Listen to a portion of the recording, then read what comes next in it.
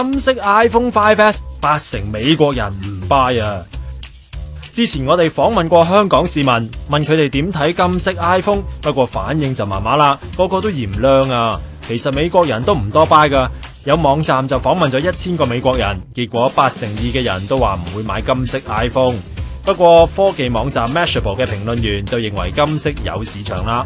睇翻前年 iPhone 出白色啊，個個都喪搶，相信今次出金色一樣有吸引力。唔少人喺 Twitter 度都話超期待。我好想要金色 iPhone 啊！我要金 iPhone 啊，咪嘈，我要啊！勁好勁無聊咯，但我好想要喎。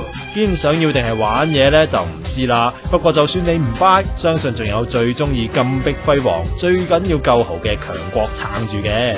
除咗金 iPhone、iWatch 近來都傳聞不斷噶。有意大利設計師將對 iWatch 嘅朝思暮想用 3D 畫咗出嚟，睇落就似隻手鐲多啲啦。不過戴咗上手都幾型嘅。而且有傳聞話 Apple 已經為穿戴式產品秘密組織咗一個新團隊，隊中仲有人曾經幫 Nike 研究過智能手帶添。